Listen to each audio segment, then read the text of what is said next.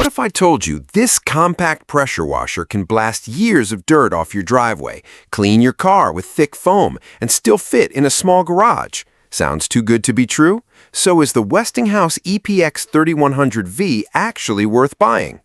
The Westinghouse ePX3100v is an electric pressure washer rated for up to 2100 PSI and 1.76 GPM under the manufacturer's stated testing conditions. It features a detachable foam cannon, a professional-style steel wand, onboard storage, and a compact design that's made for cleaning cars, patios, fences, driveways, and outdoor furniture. One of its biggest advantages is convenience. Since it's electric, there's no gasoline, no oil changes, and less maintenance than a gas-powered washer. It's lightweight, easy to move, and designed for homeowners who want quick cleaning without dealing with a bulky machine. Just keep in mind that this isn't built for heavy commercial jobs. If you're removing years of thick concrete stains every day, you'll probably want a more powerful gas model. So, is it worth it?